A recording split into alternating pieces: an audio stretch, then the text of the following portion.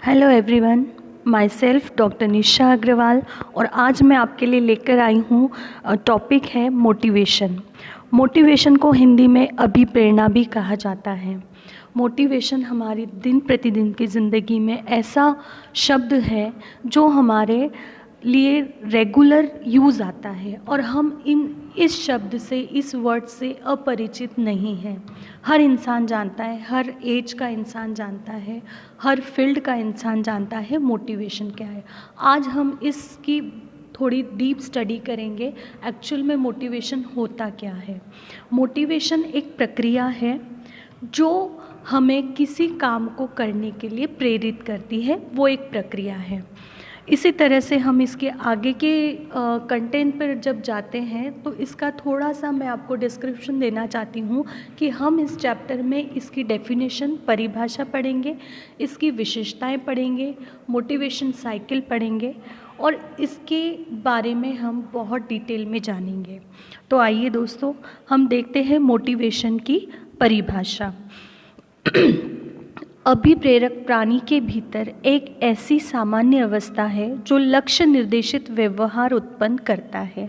यानी कि हम देखते हैं कि हमारी दिन प्रतिदिन की ज़िंदगी में जो भी हम व्यवहार करते हैं, जिस भी तरह का व्यवहार करते हैं, मान लीजिए एक जगह से उठकर अगर हम जा रहे हैं तो ये भी एक तरह का व्यवहार है और इसके पीछे भी कोई ना कोई अभिप्रेरक काम कर रहा है।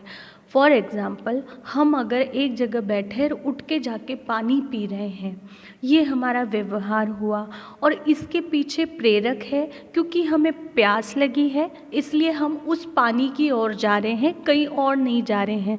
तो उस व्यवहार एक लक्ष्य निर्देशित होता है, उस पर्टिकुलर लक्ष्य की ओर होता है। इसलिए कहा जाता है कि अभिप्रेरित व्यवहार हमेशा लक्ष्य निर्देशित होता है, जैसा कि इस परिभाषा में भी दे रखा है कि जो लक्ष्य निर्देशित व्यवहार उत्पन्न करता है, मतलब हमारे अंदर हमारे ऐसी आंतरिक शक्ति या ऐसी आंतरिक प्रेरणा होती है, ऐसा आंतरिक प्रभाव होता है जो हमें किसी व्यवहार को करने के लिए प्रेरित करता है।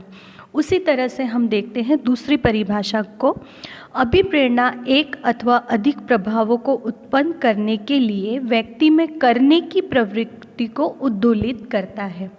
इसका मतलब है कि अभिप्रेरित व्यक्ति एक से ज़्यादा कई चीज़ों के लिए उसके अंदर प्रभाव उत्पन्न होते हैं और व्यक्ति उस काम को करने के लिए प्रेरित होता है। हम ये जानते हैं, हर प्रकृति का नियम है कार्य कारण संबंध का। किसी भी कार्य के पीछे कोई ना कोई कारण अवश्य होता है, किसी भी व्यवहार के पीछे कोई ना कोई प्रेरक आवश्यक होता है। जिस तरह से हम व्यवहार करते हैं उस तरह से उसके पीछे का प्रेरक उस व्यवहार को करने के लिए व्यक्ति को पुश करता है, उस व्यवहार को करने के लिए व्यक्ति को शक्ति प्रदान करता है। इसी को हम मोटिवेशन कहते हैं। साधारण भाषा में अगर देखा जाए तो मोटिवेशन वो है जब व्यक्ति के आंतरिक ऐसा कोई बल, ऐसी कोई शक्ति जो व्यक्ति को किसी भी व्यवहार को करने के लिए शक्ति प्रदान करती है या किसी भी व्यवहार को करने के लिए उसको फोर्स करती है, उसी को हम अभिप्रेरणा कहते हैं। आइए नेक्स्ट हम देखते हैं कि कैसे पहचानेंगे, कैसे जानेंगे कि व्यक्ति अभिप्रेरित हो रहा है और किस चीज़ के लिए अभिप्रेरित हो रहा है। बहुत इंटरेस्टिंग है, आप अपनी डेली लाइफ में कई ऑब्ज़र्व करके देख सकते हैं, कई चीज़ें अपने निरीक्षण के आधार पे देख सकते हैं कि एक अभिप्रेरित व्यवहार की क्या क्या विशेषताएं होती है, वो आप अपने प्रैक्टिकल करके दैनिक जीवन में देख सकते हैं। आइए फर्स्ट देखते हैं, अभिप्रेरणा में व्यवहार लक्ष्य निर्देशित होता है। जैसा कि मैंने पहले भी बताया है कि जो व्यक्ति को आवश्यकता होती है, जो व्यक्ति को उसके अंदर की प्रेरणा जागती है, उसके अंदर की शक्ति, फोर्स आता है, उसी के तरफ उस व्यक्ति का व्यवहार निर्देशित होता है। मान लीजिए अगर हम कहीं जा रहे हैं, रास्ते पर चल रहे हैं, हमें बहुत तेज़ भूख लगती है और भूख लगने के दौरान हम किसी भी क्लॉथ की शॉप में नहीं जाएंगे, भूख लगने के दौरान हम रेस्टोरेंट में ही जाएंगे।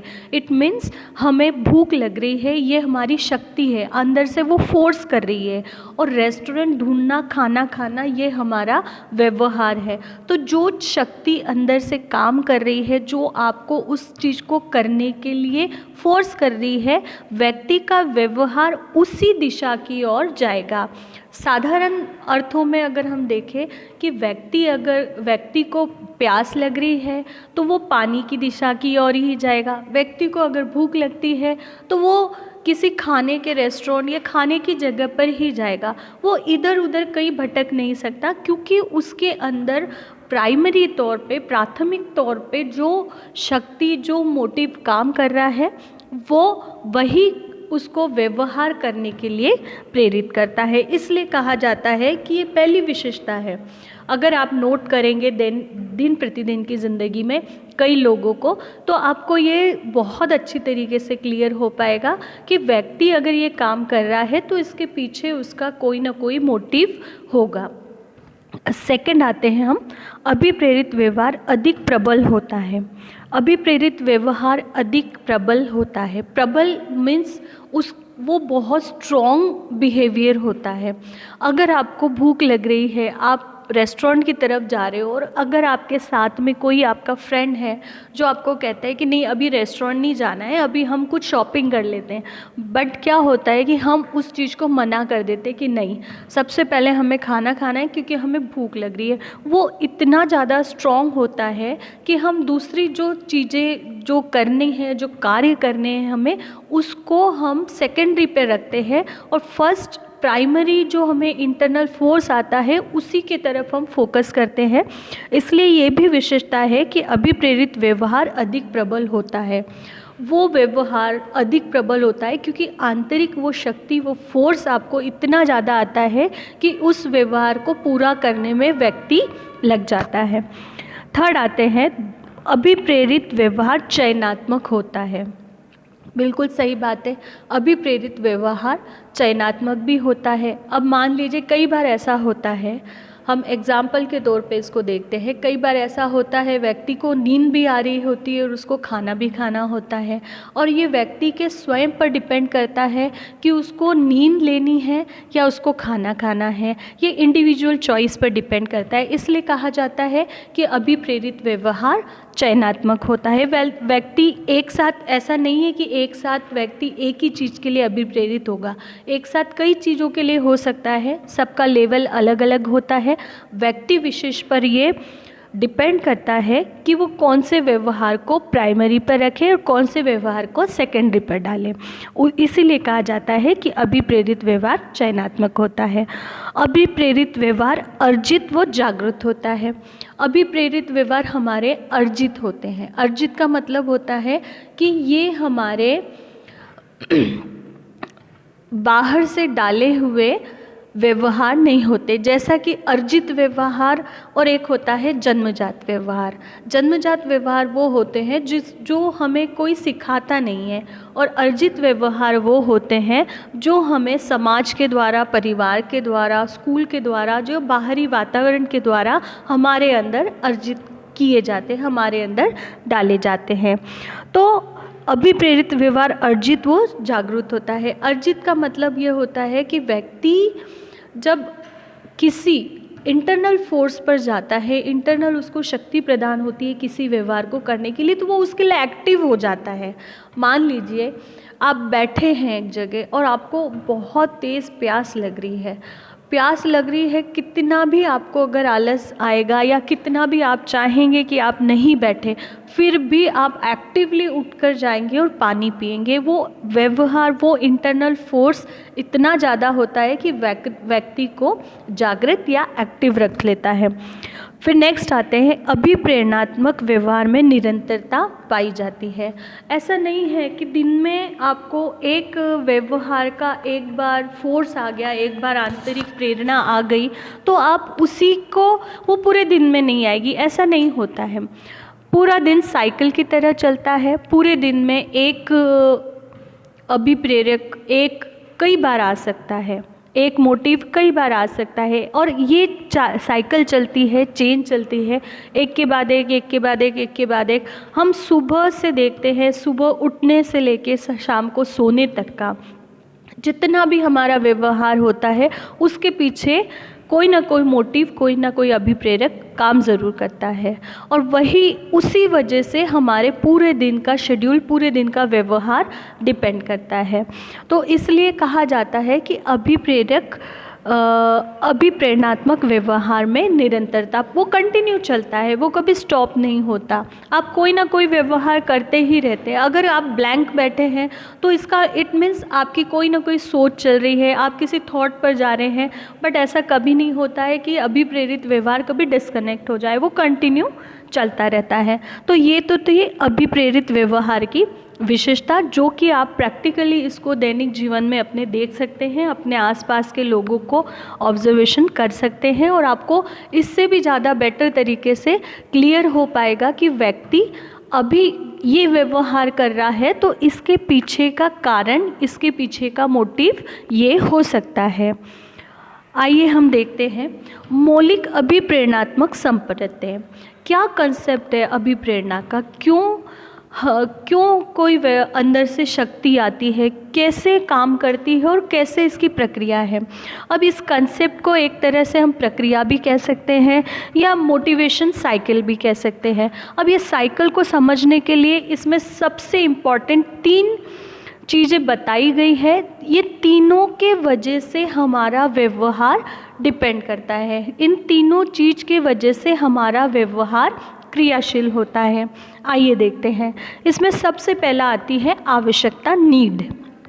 आवश्यकता इसलिए आती है कि जब तक व्यक्ति को आवश्यकता नहीं होती है तब तक वो व्यवहार नहीं करता है। हम इसको क्लास के अकॉर्डिंग समझते हैं। जैसे क्लास में बच्चे पर्टिकुलर टाइम पर आते हैं, क्लास अटेंड करते हैं और चले जाते हैं, तो इसके पीछे, क्लास अटेंड करने के पीछे उनका मोटिव है, उनकी नीड है। अगर वो नीड नहीं होती, अगर वो नीड कोई दूसरी होती तो बच्चों का व्यवहार वहाँ डाइवर्ट होता।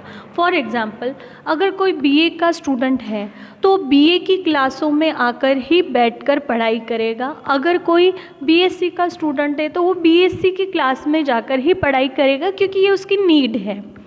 ये तो बाहरी होगी। आंतरिक नीड में भी ये आता है, जब तक आप पानी नहीं पीते, जब तक आपको प्यास नहीं लगती, जब तक आप खाना नहीं खाते, जब तक आपको भूख नहीं लगती।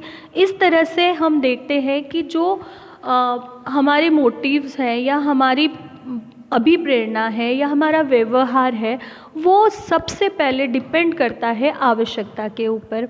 जैसी आपकी आवश्यकता होगी उसी तरह से आपको आंतरिक प्रेरणा मिलेगी कि आप उस व्यवहार को करें। तो इसके लिए सबसे पहले आवश्यकता का होना ज़रूरी है। अगर आपको भूख नहीं है, अगर आपकी खाना खाने की कोई आवश्यकता नहीं है, तो आप कभी भी खाना खाने वाला व्यवहार नहीं करेंगे। सेकंड आता है प्रणोद, ड्राइव। जैसा कि हम इस शब्द से ही थोड़ा समझ पाते हैं, ड्राइवर, चालक। जिस तरह से एक गाड़ी को एक चालक खींचता है, एक गाड़ी को एक चालक चलाता है, उसी तरह से हमारी जो मोटिवेशन प्रक्रिया है, मोटिवेशन साइकिल है, या हमारा व्यवहार है, उसको चलाने के लिए भी ड्राइव होता है, प्रणोद हमारे अंदर होता है। फिर आता है लक्ष्य। लक्ष्य हमारा जो व्यवहार उस लक्ष्य की ओर जाता है उसको हम लक्ष्य कहते हैं। अब इन तीनों ही चीज़ को हम एग्जाम्पल के थ्रू समझने की कोशिश करते हैं।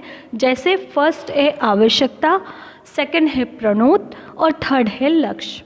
फर्स्ट आवश्यकता, हम एक पानी पीने के उदाहरण से इसको समझते हैं। पानी पीने का जो एग्जाम्पल है कि कोई व्यक्ति एक जगह से उठ के पानी पी लेता है, ये इस एग्जाम्पल से समझते हैं। अब पानी पीना उसकी क्या हो गई, आवश्यकता। पानी पीना उसकी आवश्यकता होगी, इसलिए वो एक जगह से उठ जाएगा। प्रणोद, ड्राइव। अब पानी क्यों पीना है, उसके पीछे उसका मोटिव है प्यास। उसको प्यास लग रही है इसलिए उसको पानी पीना है। अब प्यास क्या होगी, ड्राइव, चालक। और थर्ड होता है उस जगह पर जाके पानी को पी लेना, मीन्स वो लक्ष्य, वो व्यवहार। इसी तरह से हम ये कह सकते हैं कि पानी पीना आवश्यकता है, प्यास लगना उसकी ड्राइव है, और पानी को पी लेना ये उसका व्यवहार है। तो इस तरह से पूरे दिन में कई बार हमारे मोटिवेशन साइकिल चलती रहती है, अभिप्रेरणा चलती रहती है।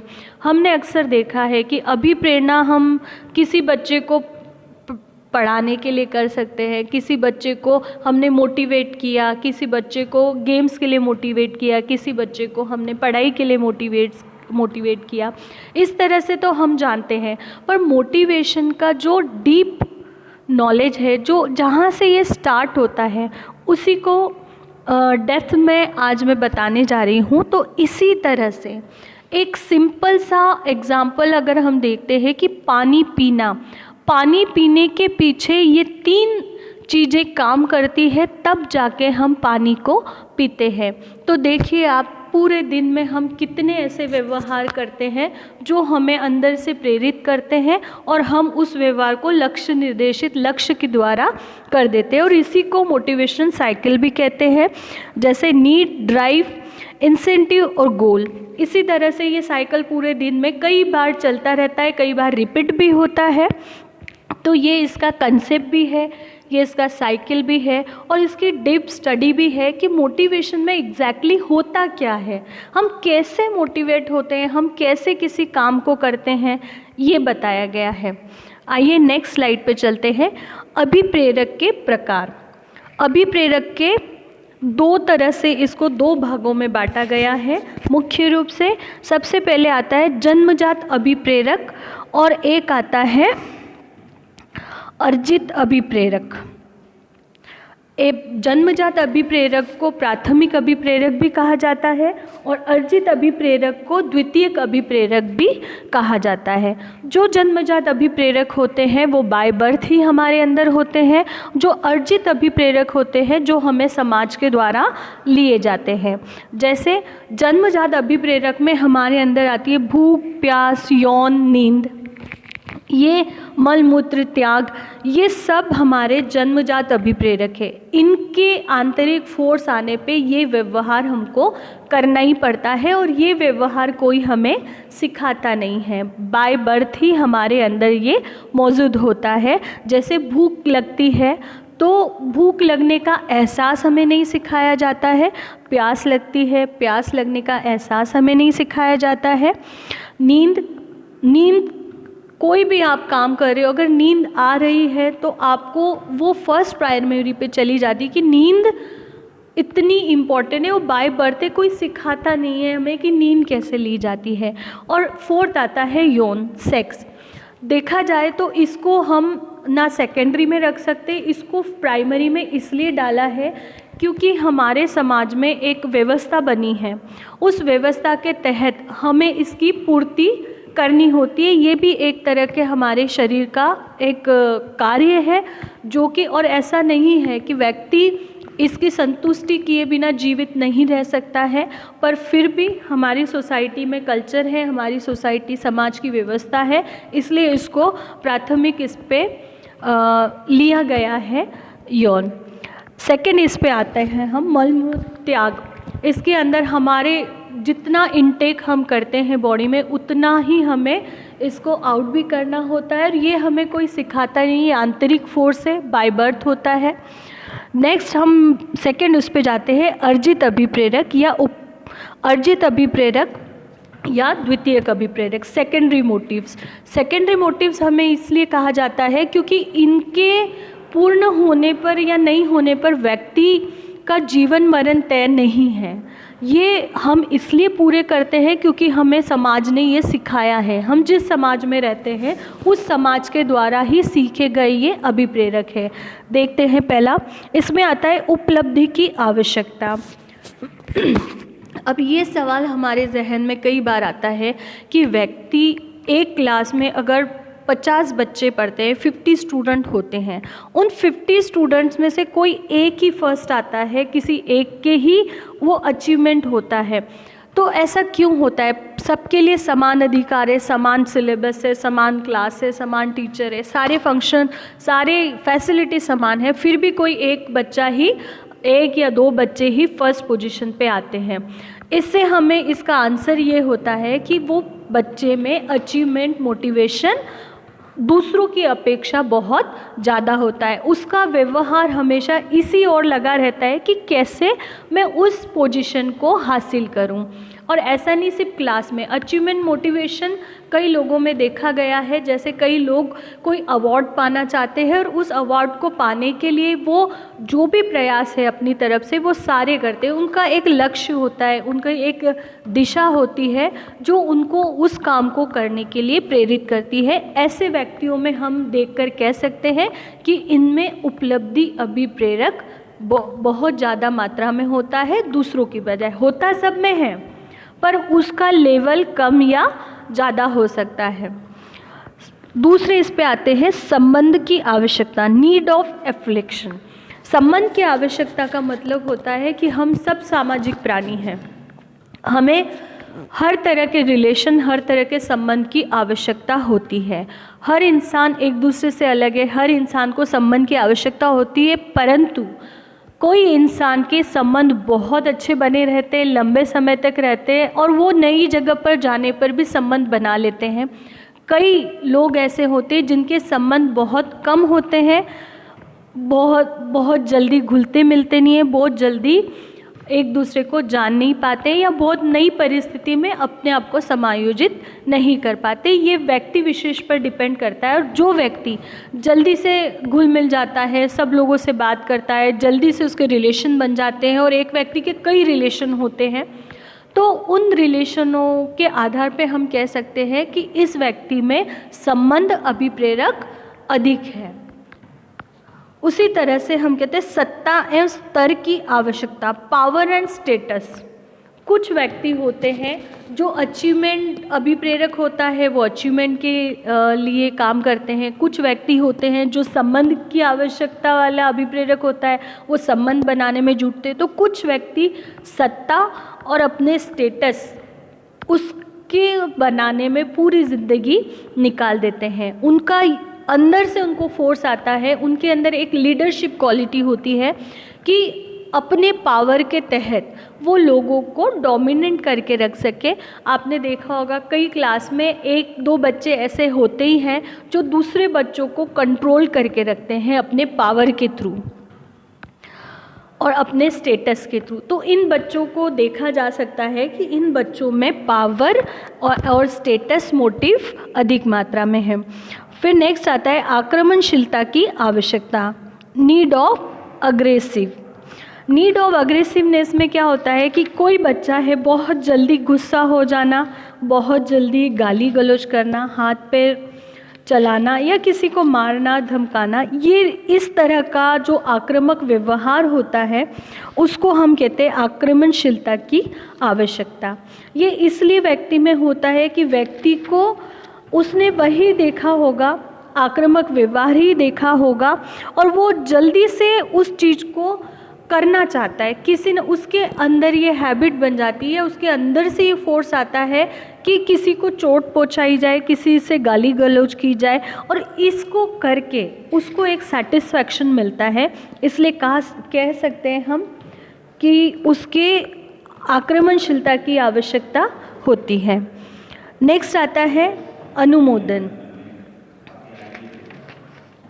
अनुमोदन की आवश्यकता हमें तब होती है जब व्यक्ति किसी को अनुमोदित व्यवहार करता है। अनुमोदित व्यवहार करने में व्यक्ति का उसका अपना समाज और समाज के कुछ नियम, समाज के जो नियम होते हैं व्यक्ति उसको फॉलो करता है।